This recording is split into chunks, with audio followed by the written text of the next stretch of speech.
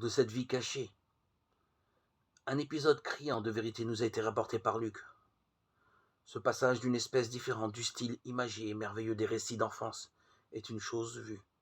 Luc tient cette histoire du témoin lui-même, la mère de Jésus, qu'il doit avoir rencontrée alors qu'il s'informait soigneusement de tout depuis les origines. Luc 1,3. La tradition fait mourir Marie dans la ville d'Éphèse, où l'aurait amené Jean, après que Jésus sur la croix lui eut confié sa mère. Jean 19, 26, 27. Ce n'était pas impossible, quoi qu'il en soit. Ce passage tellement différent de la doctrine de l'Église primitive, tellement vécu, tellement gênant, au fond, ne peut s'expliquer que par un contact direct entre Luc et Marie. Il s'agit de la fugue de Jésus adolescent, Luc 2, 41, 51. Hier comme aujourd'hui, à l'époque de leur 13e année, les jeunes Israélites faisaient leur profession de foi, leur bar mitzvah, en lisant en public un verset de la Torah. Écoute Israël, Shema Israël, le Seigneur ton Dieu est l'unique Israël.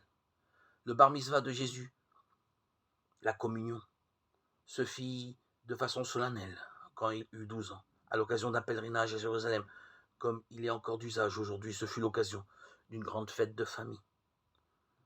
On peut penser qu'en proclamant les versets sacrés, l'adolescent sentit en son cœur, selon les mots du prophète, comme un feu dévorant, impossible à contenir. Jérémie 20, verset 9. Toujours est-il qu'il fit une fugue.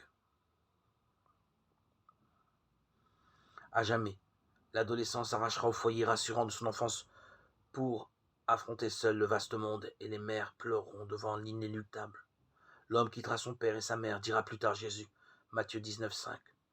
Bouddha a fugué comme Jésus, échappant au même âge, mais 6 siècles plus tôt, au palais de son père pour découvrir la misère et la mort. Jésus n'était pas fils de prince, et la condition humaine des simples gens lui était déjà familière. Mais le fils de roi et le fils d'artisan, quand ils eurent 12 ans, fuguèrent pareillement. Sans s'apercevoir de son absence, les parents de Jésus s'en retournèrent avec les pèlerins de Galilée, et Jésus resta à Jérusalem.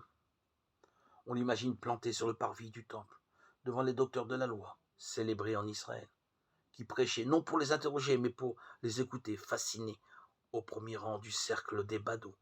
C'est peut-être pensant à cet instant de sa vie qu'il dira plus tard à ses disciples qui voulaient éloigner les enfants: ne les écartez pas de moi, laissez-les s'approcher.